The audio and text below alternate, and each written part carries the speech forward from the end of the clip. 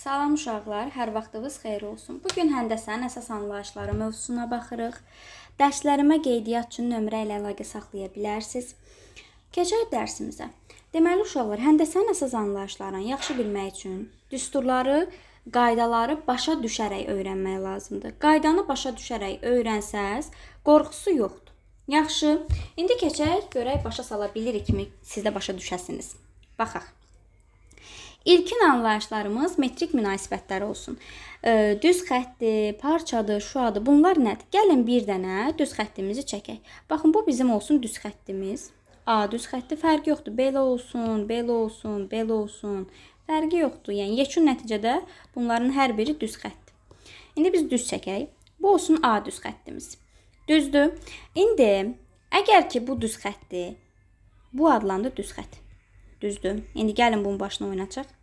Məsəl üçün bir hissədən məhdudlaşdırılıbsa bizim düz xəttimiz, bu olacaq şua. Əgər iki hissədən məhdudlaşdırılıbsa, bu olacaq parça. Qutardı, getdi. Bu qədər. Bu anlayışlarım bu qədər. İndi məsəl üçün say düsturuna gəlmək üçün qeyd eləyərəm. Deyər ki, düz xətt üzərində, nə bilim, 4 dənə nöqtəmiz qeyd olunub və adlandıraq. A, B, C-dir. N bizim verilmiş nöqtələrimizin sayıdır. N bərabərdir 4-ə. Düzdür? Desək ki, neçə şua var? Uşaqlar, şua sayını tapmaq üçün 2N düsturundan istifadə edəcəm. Yəni 2 vurulsun 4, 8 dənə şua var. Əgər parçaların sayını istəsə, parça sayını tapmaq üçün N vurulsun, N çıxılsın 1, bölünsün 2 düsturundan istifadə edəcəm. Yerinə qoyanda 4-ü, 4 vur 3 bölü 2, o da 6 dənə deməli burada parça var imiş. Yaxşı, gəlin dəqiqləşdirək, gəlin sayaq. Məsələn, parçaların sayını deyək ki, indi mən burada nümunə test olaraq bir izah verəcəm, onda lazım olacaq.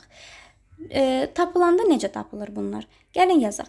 A, B parçası, A, C parçası, A, D parçası. Gördünüz? Ondan sonra başqaları da var. A, B-dən çıxdıq. B, C parçası, B, D parçası. Düzdürmü? Bir dənəsi də var, C, D parçası. Gördünüz? Gəlin bunları sayaq. Neçə dənədir? 1, 2, 3, 4, 5, 6. Baxın, elə 6 dənə parçam var imiş. İndi bunu izahda məqsədimiz nə idi? Uşaqlar, sualda təbii ki, parça sayını istəyən suallar verirlər, o heç. Amma çaşdırıcı sual olaraq bir də görsən, deyir ki, neçə parça var və AD-dən kiçik neçə parça var. Bax, AD-dən.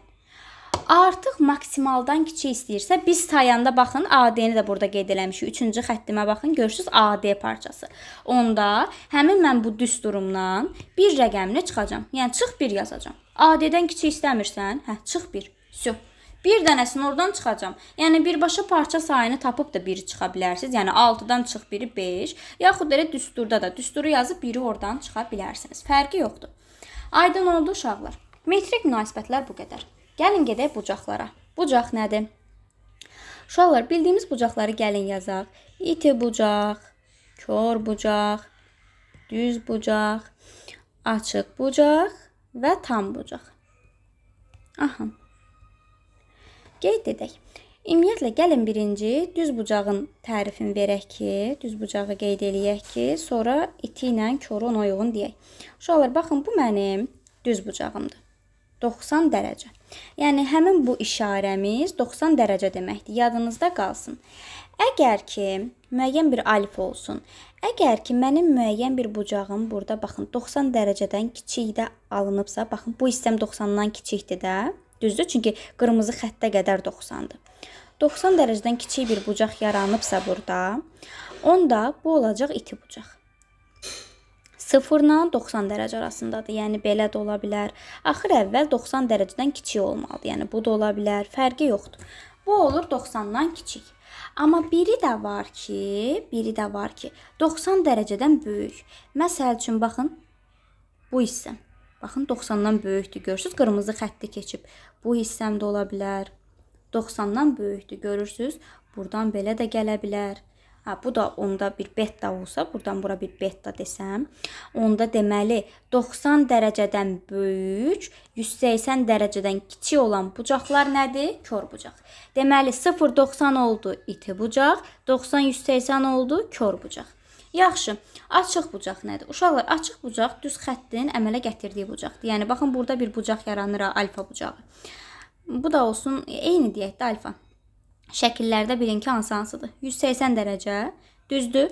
Əgər alfam 180 dərəcəmə bərabər olarsa, onda bu olacaq açıq bucaq. Tam bucaq nədir uşaqlar? Tam bucaq baxın, çevrədir. Hər birini əhatə edir. 360 dərəcə. Tam bucaq, yəni alfam 360 dərəcəyə bərabər olarsa, bu da olacaq tam bucaq. Yadda qalsın. Yaxşı. Ondan sonra, yaxşı, bucaq anlayışlarımızı bildik. Nə nədir, nə deyil. İndi bayaqları mən burada parça sayının düsturunu göstərdim sizdə. Düzdür. Parça sayı düsturunu göstərdi, yaxşı. O parça sayı düsturu bizə bucaqda da kömək eləyir. Niyə? Ondan əvvəl gəlin tənböləni keçək. Məsəl üçün, bir dənə bucaq versin. Tutaq ki, baxın, belə bir bucaq verib bizə. A, O, B bucağı olsun. Baxın, A, O, B bucağı gördünüz. Bu arada qeyd edeyim. Bucaq, baxın, bu şəkildə işarə olunur. Yəni, bucaq A, O, B deməkdir bu. A, O, B bucağı. Yadda qalar. Ortada olan həmişə ortadakı bucağı göstərir. Yaxşı. Aha, A, O, B bucağını verib və deyir ki, bir dənə O, T tənböləni çəkilib. Uşaqlar, tənbölən bucağı yarı bölür. Yəni, bu bir bucağındırsa, onda bura alfa olaraq bölünəcək. Yadınızda qalsın. O, T tənböləndir. Yəni, yarı bölür həmin hissəni. Onda mənim bucaq A, O, B nəyə bərabərdir? 2 alfaya biraz pərtəyləşmə baş verdi məndə, üzürlü sayın. 2 alfa olacaq. Məsəl üçün versin ki, A, O, T. Gəlin bucaqları yazmağı da öyrənin. Baxın, A, O, T. Yəni, bu hissəmi deyir. 40-dır. Onda tənbölən olduğundan mənim T, O, B. Bu hissəm də 40 olar. Onda A, O, B. Neçə olur? 40. 80 dərəcə. Okay? İndi yaxşı. Parça sayı düsturu mənə nə üçün lazımdır? Məsəl üçün, verib ki, bir dənə bucaq. Nə yazaq? Mən adətən 180 dərəcəyə uyğun deyirlər. Məsəl üçün, 180 dərəcəni çəkirəm burada. Onu bura deyək, A, O, B-ni də bura. Yaxşı. 180 dərəcədə açıq bucaqdır. Deyir ki, O nöqtəsindən 2 dənə tənbölən çəkilib. O, T, bir dənə də olsun O, K. Burada neçə bucaq əmələ gəlib? Neçə bucaq? Bucağın gəlin sayma düsturunu öyrənək. Bucaqları saymaq üçün bayaqları parça necə saydıq? Baxın, 1, yəni A, O, K. Sonra baxın belə, 2. Hörümçək toru qururuq da, belə deyim. Və bax belə, 3. Sonra bu bucağım da var. Gəlin, bunu da fərqli qələmdən göstərək. Baxın, buradan bura və buradan bura. Ondan sonra bir dənə də var bu hissəm. Neçədən oldu? 1, 2, 3, 4, 5, 6. 6 dənə. Yaxşı, gəlin bunu sübut eləyək. Sübut eləyək ki, 6 dənə düsturla. Düsturum uşaqlar parça sayının düsturudur. N vurulsun, N çıxılsın, 1 bölünsün 2. Düzdür? Bu mənim düsturumdur. Ancaq ki, burada uşaqlar 2 şua çəkilib deyə N-in yerini 2 qoymuruq. Yaranan parçalara baxırıq, şualara baxırıq daha doğrusu. 1, 2, 3 və 4. Baxın, bu da var da. Bu indi biraz yaxşı görünmür. 3 və 4. 4-dürsə, deməli, N-in yerində 4 qoyacam. Böləcəm 2, 6. Gördünüz? Yəni, asan yol budur. Əgər desək ki, bayaqları AD parçasından kiçik dedik. Əgər desək ki, 180 dərəcədən kiçik neçə bucaq yaranıb, 6 çıx 1. Qutardı 5 dənə. Başa düşdünüz? İmtahanda düşür bu tip suallar. Uşaqlar, diqqətli olun. Yaxşı, bunu da bildik. İndi gəlin keçək hara? Keçək paralel və kəsişən xətlər. Paralel xətlər, kəsişən xətlər. Gəlin birinci kəsişəndən başlayaq. Kəsişən düz xətlər və onların əmələ gətirdiyi bucaqlar. Uşaqlar, kəsişənlər, baxın, bir düz xəttim budur, bir düz xəttim budur və s. Yəni, kəsişirdirsə, bax, bunları bu şəkildə kəsişdirməliyəm. Aydındır. Onda, baxın, burada bu bucaqlar əmələ gəlir. Məsəl üçün, gəlin qeyd edeyim. A, B, C, D. Düzdür? Gəlin indi tanış olaq. Uşaqlar, A ilə B baxın, üzbə-üzdə dayanıb. Düzdür? Üzbə-üzdə dayandığına görə bunlar qarşılıqlı bucaqlar adlanır. Eyni zamanda C ilə D də baxın üzbə-üzdə dayanıblar. Üzbə-üzdə dayanan bucaqlar qarşılıqlı bucaqlar adlanır. Yadımızda qalsın. Və qarşılıqlı bucaqlar bir-birinə bərabərdir. Yəni bucaq A bərabərdir bucaq B-yə, bucaq C bərabərdir bucaq D-yə. Yaxşı, gəlin onda A, B-ni, C, D-ni silək, yerinə ədədlərimizi qoyaq. Yəni başqa məhsullarımızı. Alfadır, alfadır.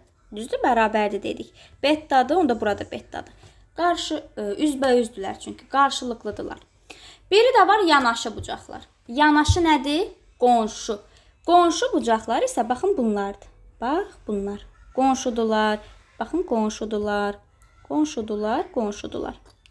Düzdür, burada bir dörtlü qonşu tayfası yaranıb. Onda qonşu bucaqların cəmi 180 dərəcədir. Yadda qalsın. Deməli qonşu bucaq cəmi oldu 180 dərəcə. O nədir? Baxın, niyə 180-dir? Görün, alfa ilə bettanın yaratdığı bucağa baxın. Alfanınki budur, bettanınki budur. Bu ikisi birləşir, nə olur? Baxın, düz xət. Gördünüz? Ona görə qonşu bucaqlar olur 180 dərəcə. Bu da belə. Artıq kəsişən düz xətti tanıdıq. İndi kəsişən düz xəttdən istifadə edib paralel düz xəttlər və onların kəsişdiyi üçüncü düz xəttin əmələ gətirdiyi bucaqlardan danışacağıq. İndi biraz bilirəm, digər riyaziyyat müəllimləri kimi uzun danışdım.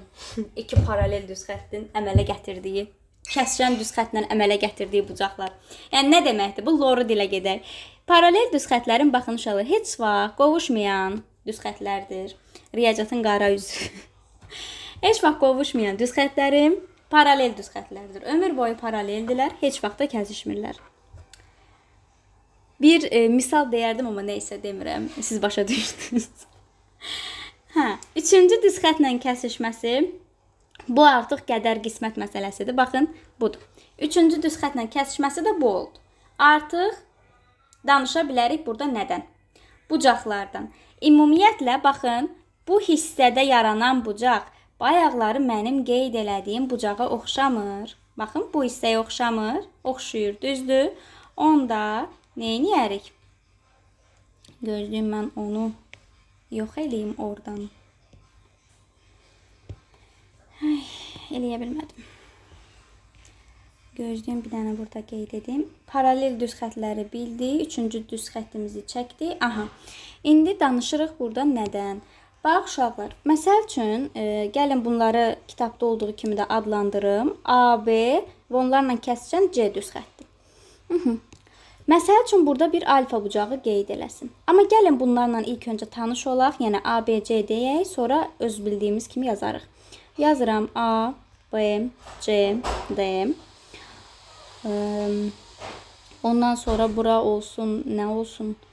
Z, X, Y və H olsun da bir də. İndi baxın, mənaya baxın. Bayaqçı ilə də bir götürməyin. Çünki burada rəqəmləri burada dediyim kimi deməmişəm. Amma yaxşı, daha doğrusu hərfləri. İndi baxaq. A bərabərdir C-yə uşaqlar. Düzdür? Baxın, çünki bunlar necə yerləşiblər? Qarşılıqlı.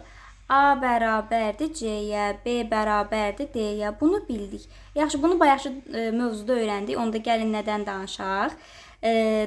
Bu dərsin öz terminlərindən. Nədir o terminlər? Mən niyə belə danışıram? Daxili bir tərəfli, xarici bir tərəfli, daxili çarpaz və xarici çarpaz. Bunlardan danışacağıq. Ümumiyyətlə, özüm necə öyrənmişəm? Şagirdlərimə də necə öyrətmişəm? Sizə də elə deyirəm. Daxilidir, xaricidir, fərq yoxdur. Əgər çarpazdırsa, onlar bir-birinə bərabərdir. Əgər bir tərəflidirsə, 180-dir. Bir qayda olaraq bunu vurun yaddaşa. Amma indi işdir də, həyatdır. Lazım olar ki, daxili bir tərəfləri göstərin. Ona görə gəlin keçək onu. Daxili bir tərəfli bucaqlar, baxın uşaqlar. A, H. İkisi də hardadır? Çöldədir. Gördünüz? İkisi də çöldədirsə, bu adlanır xarici və harda yerləşiblər? bir tərəfdə xarici bir tərəfli bucaqlar adlanır. A ilə H. Düzdür? Daxili bir tərəfli nədir onda? DX. Baxın, içəridə yerləşiblər. Düzdür? İçəridə yerləşiblərsə, onda bunlar da adlanır daxili bir tərəfli. Bu da belə. DX. Aydın oldu hər kəsə. Eyni zamanda bu burada aiddir. Onda gəlin bunu özümüz şifahi yazaq. Onda belə çıxır ki, xarici bir tərəfli eyni zamanda B ilə Y də xarici bir tərəfli imiş, C ilə Z də daxili bir tərəfli imiş. İndi qeyd edək. Daxili bir tərəfli bucaqların cəmi 180 dərəcədir. Daxili və xarici fərqi yoxdur.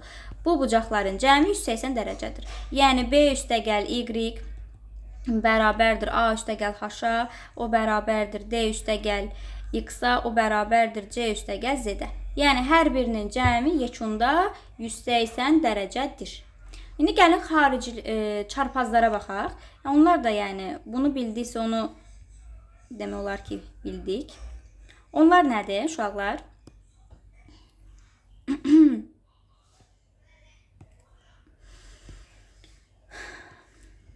Baxaq. Baxın B, H. Gördünüz? Hardadılar? İkisi də çöldədir. Və necədirlər? Çarpaz. Görürsünüz? Onda A, Y. Bunlar da baxın çöldədir ikisi də və çarpazdılar. Deməli bunlar adlanır xarici çarpaz bucaqlar. C, X. Baxın daxildədirlər və çarpazdılar. D, Z. Daxildədirlər, çarpazdılar. Çarpaz bucaqlar. Daxili və xarici çarpaz bucaqlar da nədir? Bir-birinə bərabərdir. Yadda qalsın. Okay? Bunu da belə bildik. Çarpazlarla da tanış olduq. Biri də var. Uyğun bucaqlar. Uyğun bucaqlar nədir? Gəlin onunla da tanış olaq. Gözləyin. Biri çöldə, biri içərdədirsə, baxın, biri çöldə, biri içərdədirsə, bunlar uyğun bucaqlar adlanır. Biri içərdə, biri çöldə də ola bilər, fərqi yoxdur. Məsəl üçün, baxın, biri içərdə, biri çöldə. Biri içərdə, biri çöldə. Uyğun bucaqlar isə uşaqlar yerinə görə dəyişir. Yəni uyğun bucaqlar bir-birinə bərabər də ola bilər. Yəni D ilə H bir-birinə bərabər də ola bilər. Cəmi 180 də ola bilər. Okay? Yadda qalsın. Yəni əgər ki sizə deyirsə, məsəl üçün bu daxili bucaqlar deyər ki, iki paralel düz xəttin üçüncü düz xətlə kəsişməsindən alınan bucaqlar verilmişdir. Yəni yaxud da deyər ki, elə uyğun bucaqların cəmi 280-dən fərqli qiymət desin. Məsəl üçün desin ki 140-dır. Düzdür? Ya da ki 180-dən fərqli bir ədəd. Fərqi yoxdur. Yəni 180 demirsə, ay uşaqlar, fərqli bir rəqəm veribsə cəmi, bilin ki onda bu bucaqlar bir-birinə bərabərdir. Yəni onda bu uyğun bucaqlar 70-70 olacaq. Əgər ki yox, cəmi 180 versə, onda bilin ki bu bucaqların cəmi 180 olmalıdır. Yəni bunlar bir-birinə bərabər bucaqlar deyil. Yaxşı. Ümidvaram yadda qalar. Bu da belə, bunu da bildik. Yəni testlərdə əslində çox asandır. Testləri yazdıqsa özünüz də görəcəksiniz. Gələk indi uşaqlar. Bir də demək olar ki, həndəsənin əsas anlayışları bitdi. Sadəcə burada paralel düz xətlərdən əmələ gələn bucaqlar var ki, onlar da qaydalardır. Bildi hansıları deyirəm. Məsəl üçün əvvəldən məlum olan qaydalar. Gəlin birazını yazım. Məsəl üçün belə verib, buradan belə versin, buradan da belə versin. Bura desin bir x-dır. Bura olsun alfa, bura olsun beta. Bu da istənilən bir xət olsun da. A1, A2 xətti olsun. Bizə deyir ki, x-i tap. X burada bərabərdir alfa üstəgəl betaya. Yəni isbatını bu düz xətləri uzadaraq vermək olar. Ancaq ki bunlar belə deyim, əvvəldən məlum olan qaydalardır. Məsəl üçün versin, iki paralel düz xət versin və belə bir bucaqlar versin. Bura x, y. Bunu gəlin biraz qəşəng çəkim. Gözləyin. Belə. Buradan da belə. Baxın çöldəkilərin cəmi, gəlin qeyd eləyək. X, y, A, B. Baxın, eyni tərəfdə yerləşənlər bir-birinə bərabər olacaq. Daha doğrusu cəmi digərlərinin cəminə bərabər olacaq. Yəni nə? X-dır, A-dır. Baxın, eyni tərəfdədir. X üstəgəl A bərabər olacaq B üstəgəl Y-ə. Eyni tərəfdə olanların cəminə. Yəni bunların hər biri məlum olan qaydalardır. Bir dənəsini də gəlin yazaq. Digərlərini uşaqlar qaydalarda var. Qaydalardan öyrənsəz daha yaxşı olar. Bura olsun alfa, bura olsun beta, bura olsun gamma. Yəni asan yollarla öyrənin özdə. Yəni bir-birinizi çaşdıraraq, yəni əzbərləyərək öyrənməyin bir-birinizi özdə. Qayda ilə yəni dalaşmayın. Yəni məsələn hər biri eyni yerdə yerləşibsə, bunların hər birinin cəmi bərabərdir 360 dərəcəyə. Yəni belə başa düşərək, özünüzə izah edərək öyrənsəz, bunlar yaddan çıxmayacaq. Yaxşı, bir də əsas bunu qeyd edeyim. Uşaqlar, bir də görürsən, sual verir. Məsələn, belə bir sual olsun. Eyni adlı bucaqlar deyirsə, bunlar bir-birinə bərabər olacaq. Yadınızda qalsın. Yəni iti bucaq veribsə, paralel düz xətlər mövzusunda iti bucaq veribsə, iti bucaqlar, onda onlar bir-birinə bərabərdir. Kör bucaqlar verə bilər. Biri belə olsun, biri də belə olsun. Bunlar da bir-birinə bərabərdir. Yəni testlərdə verir. Belə bir bucaqlar verir. Deyir ki, məsələn, bura 40-dırsa digərini tap, bura da 40 olacaq. Bura, nə bilim, 120-dirsə digərini tap, bura da 120 olacaq. Əgər ki, yox, bir iti, bir kör versə, məsələn belə, onda bu ikisinin cəmi 180 dərəcə olacaq. Yadda qalsın. Yaxşı, bunu da belə bildik. İndi gələk saat məsələsinə, dəqiqə məsələsinə. O nə idi uşaqlar? Məsəl üçün, qeyd eləyək, güvəndə düşür bu suallar, düzdür. Məsələn, versin. 10-20. Deyər ki, saat əqrəbinin yaratdığı bucağı tap. Yəni, alfa bucağını. Alfanın öz düsturu var, uşaqlar. 11D çıxılsın 60S. Demə belə bir sual düşmür. Böl 2, yəni öyrənməyin. Öyrənin, zarafat edirəm. Hə, bunu tapaq. Uşaqlar, burada dəqiqəni bildirir. Dəqiqəm nə qədərdir? 20. S də saatı bilir. S də 10. Gətirib yerində qoyacaqsınız. Modulda verməyimizin səbəbi odur ki, uşaqlar, buradan müsbət çıxır. Mənfi çıxarda bilmərsiniz. Yaxşı. Mənfi olsa müsbət yazacaqsınız. Hə, sonra bölünsün ki, bu alfadır, D-yə oxşuyub bəs. Alfadır. Hə, böl 2. Qutardı, getdi. Bir də uşaqlar, güvəndə çıxır ən çox. Məsəl üçün, 1 dərəcəm. Baxın, belə 60 dəqiqə olaraq şəhər edirəm. Dəqiqədir. 1 dəqiqəm isə 60 saniyədir. 2 xəttim saniyə bildirməkdir. 1 xəttim isə dəqiqə. Yadda qalsın. Məsələn, gəlin 180 dərəcəni yazaq. 180 dərəcə nə deməkdir?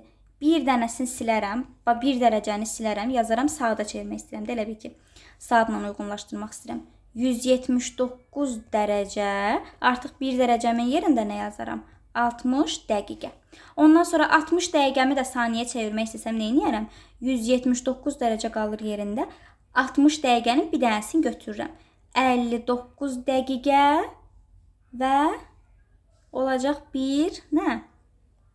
Saniyəsinə gəlirəm də. Yəni 1 dəqiqəsini yazmalıyamsa, onda 60 saniyə yazaram bura. Düzdür, 60 saniyə nə deməkdir? 1 dəqiqə gələcək bunun üstünə. Bu olacaq 60 dəqiqə, bu da bunun üstünə 180 dərəcə. Başa düşdünüz? Ümidvaram, hə. Məsəl üçün, sualda verir. Sualda nə bilim, verər ki, 62 dərəcə, 45 dəqiqə, 18 saniyənin qonşu bucağını tap. Onda mən bu ifadədən artıq bu dərəcəni çıxmalıyam. Aydındır? Hansı da onu da çıxmalısınız. Yəni, qutardı, getdi. Çətin bir şey yoxdur, uşaqlar. Bu qədər. Ümidvaram, başa düşdünüz. Uğurlar hər kəsə.